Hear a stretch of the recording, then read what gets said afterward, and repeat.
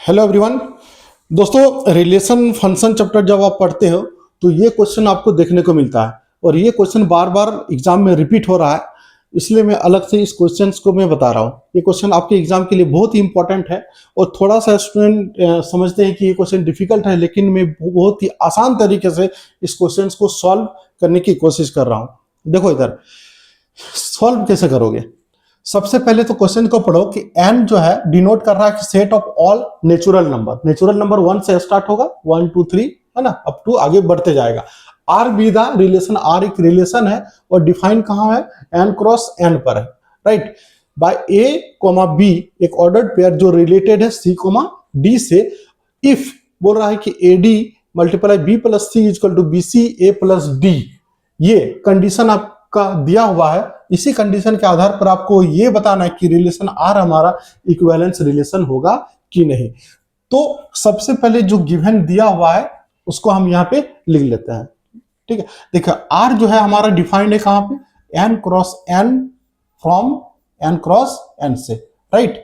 और ये दिया हुआ है एडी, गिवन क्या दिया हुआ है, given AD B plus C equal to B C A plus D, right.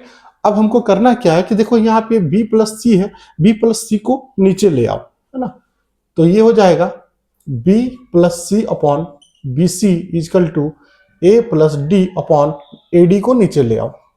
अब हम इसको लिख सकते हैं b upon B C plus C upon B C equal to A upon A D plus D upon A D, बिल्कुल separate कर दिए, है ना। बी बी कैंसिल हो जाएगा तो ये 1 अपॉन सी हो जाएगा, प्लस सी सी कैंसिल हो जाएगा तो 1 अपॉन बी हो जाएगा, क्लियर। और ए कैंसिल तो 1 अपॉन डी हो जाएगा, प्लस डी डी कैंसिल तो ये 1 अपॉन ए हो जाएगा, क्लियर। अब देखो यहाँ पे जो एन क्रॉस एन डिफाइंड है, ए कोमा बी रिलेटेड कहाँ पे है, सी कोमा डी से। तो इसको इस सीक्वेंस में लिखते हैं, जैसे कि ये 1 हो गया, ये 2 हो गया, ये 3 और ये 4, राइट। तो ए को 1 एज्यूम किए हैं तो ये 1 हो गया 1 सीक्वेंस में, डी हमारा 4 सीक्वेंस में, बी 2 सीक्वेंस में और सी 3 में, 1 2 3 4 यानी कि 3 2 4 1 वाला में चलेगा, राइट। अब हमको रिफ्लेक्सिव प्रूव करना है, रिफ्लेक्सिव, ठीक है। तो रिफ्लेक्सिव का हमारा कंडीशन क्या है, रिफ्लेक्सिव का कंडीशन क्या, एक एज्यूम कर लेते हैं, let A comma B belongs to N cross N होना चाहिए। जैसे कि पहले हम क्या करते थे, जैसे कि इफ ए कोमा ए है ना बिलोंग्स टू आर, इसमें यदि रहता है तो हम बोलते थे कि रिफ्लेक्सिव है एक सिंगल ऑर्डर पेयर में। लेकिन यहाँ पे क्या है, ए कोमा बी है, इसका मतलब यहाँ पे रिफ्लेक्सिव कब होगा, जब ए कोमा बी रिलेटेड होना चाहिए, कब, ए कोमा बी से, यानी कि दोनों इधर सेम होना चाहिए, ठीक है। चलो जाओ बेटा अभी जाओ, ठीक है। ए कोमा बी रिलेटेड होना चाहिए किससे, ए कोमा बी से, मतलब दोनों साइड हमारे क्या होना चाहिए, इक्वल होना चाहिए। तो भाई हमारे जो गिवन दिया हुआ है उसको पहले लिख लेते हैं, 1 upon C plus 1 upon B is equal to 1 upon D plus 1 upon A, ये हमारा गिवन है, बात समझे। अब देखो इसको हम एज्यूम कर लेते हैं, जैसे कि सीक्वेंस क्या था 1 2 3 4, तो यहां भी लिख लेते हैं 1 2 3 4, राइट, 1 2 3 4, क्लियर। अब देखो इधर ये 1 है ना, पहले क्या है 3 2 4 1, यही ना 3 2 4 1, तो 3 2 4 1 के फॉर्मेट में ही लिखना है, इसी सीक्वेंस में लिखना है। 3 आना चाहिए, फिर 2 आना चाहिए, 1 आना चाहिए, फिर 4 आना चाहिए, फिर 1 आना चाहिए। तो सबसे पहले 3 2 4 1 आना चाहिए, यानी कि 3 2 4 1। आपको एग्जाम में लिखना नहीं है, बस हमको समझाने के लिए लिख रहे हैं। 3 2 4 1 सीक्वेंस में होगा। 3 दोनों कौन है, ए है, ए है, तो 1 बाई सी की जगह क्या आएगा, 1 बाई ए प्लस 2 क्या है, बी, तो बी तो है ही ऑलरेडी, तो 1 बाई बी आ गया इजकल टू। अब ये 4 कहा है, बी है, बी, डी की जगह क्या आएगा, बी आएगा, ठीक है, 1 बाई बी, और ये हो जाएगा 1, ए है तो 1 बाई ए, तो 1 upon A plus 1 by B is equal to 1 by B plus 1 by A, दोनों क्या है, सेम है कि नहीं। देखो इधर लेफ्ट साइड और राइट साइड हमारे क्या है, इक्वल है। जब इक्वल है तो हम यहाँ पे बोल सकते हैं A comma B related to B comma C. 10 10 ऐसे लिखो 10। So relation R is reflexive. Relation R is क्या हो गया, रिफ्लेक्सिव होगा। ठीक है, बात समझ में आ गया, ये कहानी समझ में आ गया, रिफ्लेक्सिव। अब हम कहानी पढ़ते हैं किसका, सिमेट्रिक का। ठीक है, इसको रफ कर देते हैं। ठीक है, सिमेट्रिक के लिए, सिमेट्रिक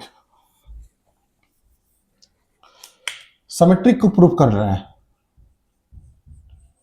सिमेट्रिक को प्रूव करने के लिए सबसे पहले एज्यूम करेंगे लेट ए कॉमा बी, है ना। देखो इधर A comma B comma C comma D belongs to क्या, एन क्रॉस एन, है ना। एज्यूम कर लिए। पहले उसमें हम क्या एज्यूम करते थे, सिंगल एलिमेंट में, जैसे कि A comma B belongs to R होना चाहिए, है ना। देन तो B comma A belongs to R, ये होना चाहिए, ये है तो ये होना चाहिए, है ना।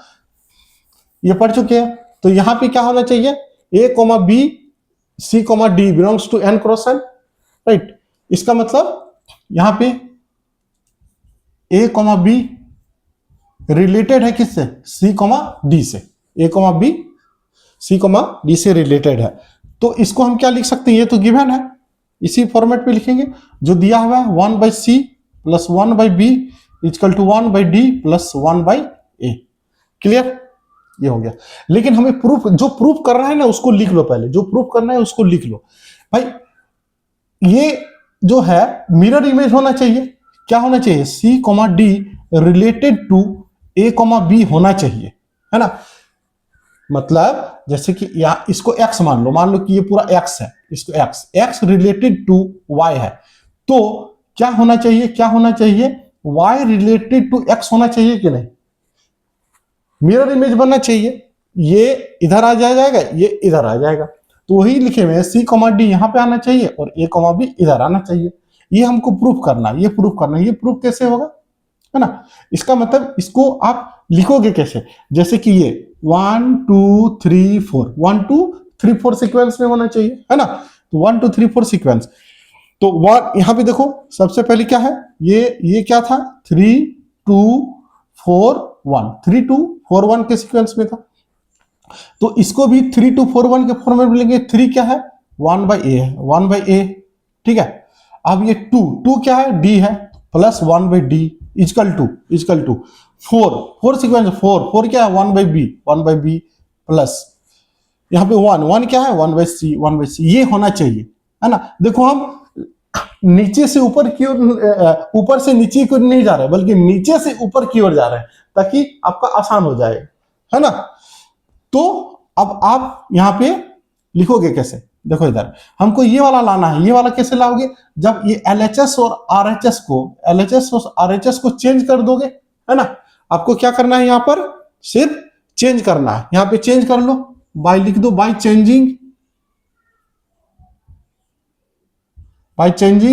LHS and RHS।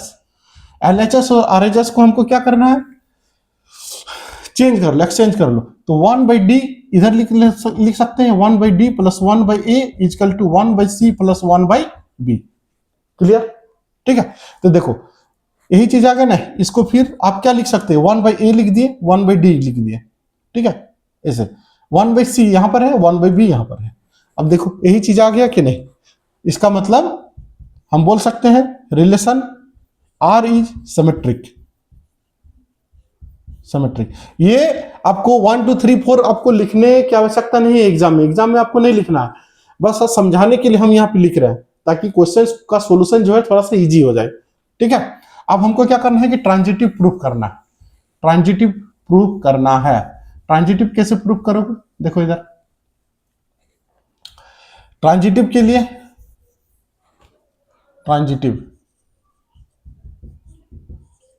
देखो ट्रांजिटिव के लिए जैसे कि लेते थे हम कैसे, x, y, है ना, और y, z, x y z 3 लेते थे, x, y, z belongs to set A, इस तरह से लेते थे, है ना। x, y यानी कि यहाँ पे x is related to y होना चाहिए, ठीक है, and y is related to z होना चाहिए। तो x is related to z, ये यदि ये है और ये है तो ये होना चाहिए, इफ मतलब यदि ये है तो ये होना चाहिए, है ना। तो यहां सेम चीज लिखेंगे, मान लेते हैं ये x है, ये इसको x एज्यूम करो, इसको क्या y एज्यूम करो, है ना।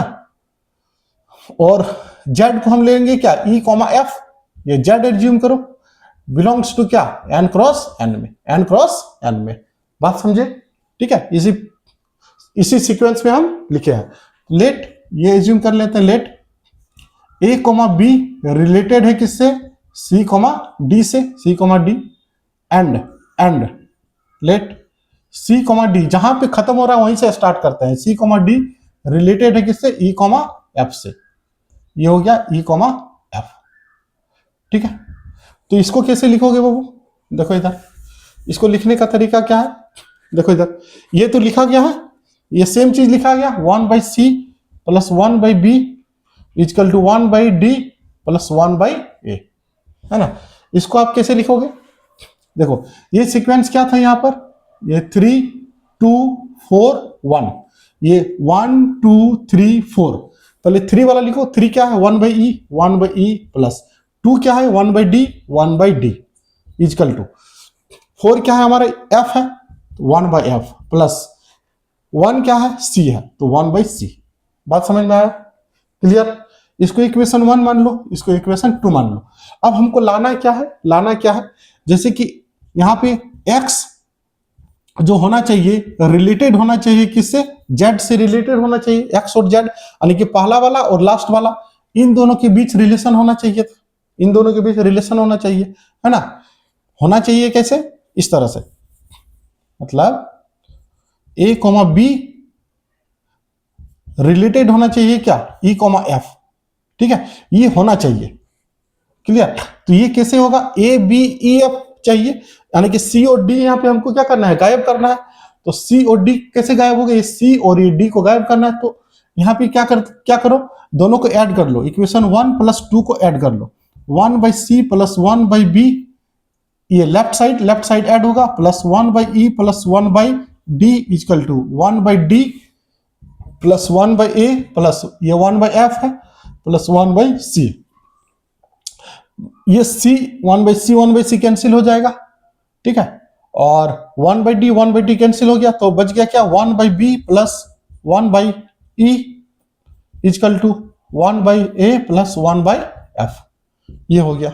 देखो इधर, है ना, यानी कि ये 1 2 3 4 सीक्वेंस में है। सीक्वेंस क्या चाहिए, 3 2 4 1 चाहिए, 3 2 4 1 चाहिए, है ना। 3 कौन है 1/e, मतलब इसको हम ऐसे लिख सकते हैं, इसको एक लाइन ऐसे लिख लो, 1/e plus 1/b equal to 1/f plus 1/a, है ना। e देखो ये 3 से अब में आ गया, 3 2 ये 2 पोजीशन पर 2 4 और ये 1, हाँ इसी सीक्वेंस में आ गया। तो हम बोलेंगे 10, ये है a, b related to e, f है ना। तो बोलेंगे yes relation r is transitive, ठीक है। जब रिलेशन ट्रांजिटिव हो गया तो रिलेशन r भी हमारे क्या हो गया, इक्विवेलेंस रिलेशन हो गया। Yes this is an equivalence relation, clear, समझ में आ गया। तो इस तरह से क्वेश्चंस को हम सॉल्व करते हैं, राइट। यदि एक क्वेश्चन आपका इस तरह से आ जाए, सेम क्वेश्चन है यहां पर, सिर्फ और सिर्फ यहां पे AD equal to BC proof करना है। AD इक्वल टू, देखो AD इक्वल टू BC दिया हुआ है, तो सेम हम इसी तरह से फॉर्मेट में करेंगे, ठीक है। तो ये क्वेश्चन आपके लिए होमवर्क रहा है, ये इसको आपको करना है, AD इक्वल टू BC वाला, क्लियर। तो यदि ये वीडियो आपको पसंद है तो प्लीज चैनल को लाइक करें, सब्सक्राइब करें और नोटिफिकेशन बेल आइकन को क्लिक करना ना भूलें। मिलते हैं नेक्स्ट वीडियो में, थैंक यू सो मच।